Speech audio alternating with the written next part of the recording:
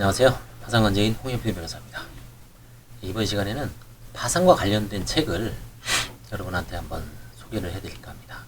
일본 대 옴진리교.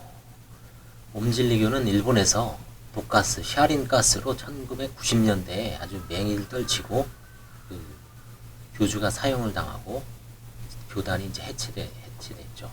일본의 사이비즘교, 신흥종교죠. 그래서 이게 이제 파산해서 어떤 문제점을 갖냐면 이게 종교법인이잖아요. 그래서 나중에 파산을 시킨 것 같습니다.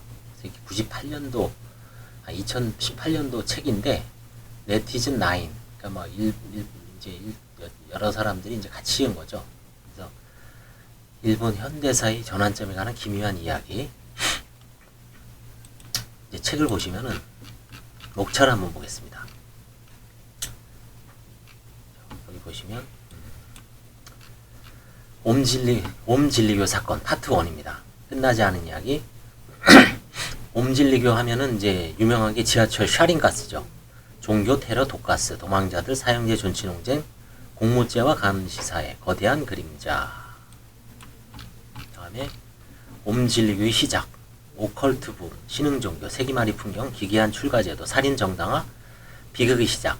다음에 초기 사건들, 신자 사망 사건, 남성 신자 살해 사건, 옴진리교 피해 대책 변호단 창설, 종교법인 등록 1989년 8월입니다. 썬데이 마니치 특종 연재, TBS 문제, 단판, 사카모토 스스미 변호사 일가 살해 사건, 그 다음에 이제 교세 확정. 이제 쭉 나오고 여러 가지 이제 사건이 일으켰죠.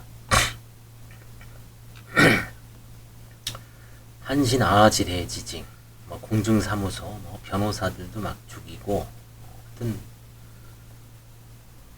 가장 유명한 게 이제 이거죠. 그 신주쿠 청산 사건인가요? 아니면 지하철 샤린가스.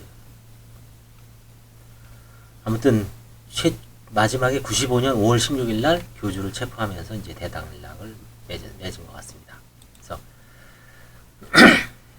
이 앞에 있는 거는 이제 주로 옴진리교에서 일으킨 사건에 대해서 연대기적으로 쭉 써놓은 거예요. 그래서 이거는 제가 이걸 보려고 이제 여러분들한테 소개를 해드린 건 아니고, 파트 2. 우리는 이거를 보려고 하는 겁니다. 일본 대 옴진리교. 사후철이 어떻게 했는가. 이 종교법인을.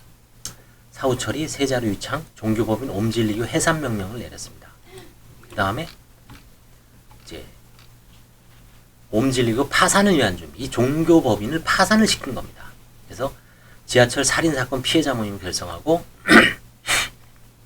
파산 절차를 통한 피해 회복. 일본 정부의 특별한 배려가 있었고 파산 절차가 시작됐습니다. 도쿄도의 세금 징수 시도, 숨겨진 세 번째 창, 옴진리교 비품 매각 바자회, 건물 해체 비용, 일본 정부의 채권과 시민 피해자의 채권, 기금과 모금, 어젠다 세팅, 후계단체, 선의를 구하는 방법, 파산 절차 종료, 언론의 책무, 일본 정부의 마지막 반격, 삶을 되찾은 최소한의 권리. 그래서 이 마지막 이제 총 책이 300페이지인데 관심 있게 봐야 될 건 217부터 여기까지 300제가 약 한 90페이지 정도가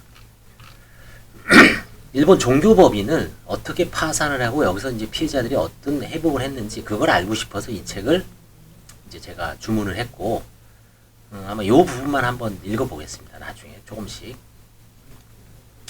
앞에 있는 거는 그냥 다 끔찍한 사건이죠. 무슨 누구 죽였다, 독가스 살포했고, 어떻게 누구 죽이고, 살인사건이 일어나고, 이 뒷부분, 파산을 어떻게 준비하고, 파산해서 어떤 문제점이 생겼고, 어떻게 종료했는지를 한번 법인 파산, 종교재단 파산, 이거를 한번 눌러볼 필요가 있습니다.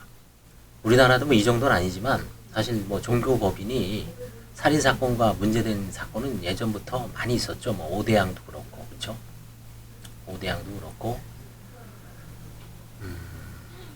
좀 있었습니다. 한국에서도. 일본에서 이제 이런 좀 아주 큰 90년대 아주 일본을 아주 발칵 뒤집어 놓고 일본의 어떤 현대사의 전환점이 됐다는 기묘한 이야기, 옴진리교 대 일본, 그것과 관련된 책을 이제 오늘은 총론적으로 전체적인 어떤 목차를 받고 다음 시간부터 바로 파산을 어떻게 시작을 하고 어떻게 종료됐는지 그 부분을 한번 같이 조금씩 읽어보겠습니다. 그래서 종교재단이 파산도 어떻게 진행되는지 한번 관심 있게 지켜봐 주시기 바랍니다.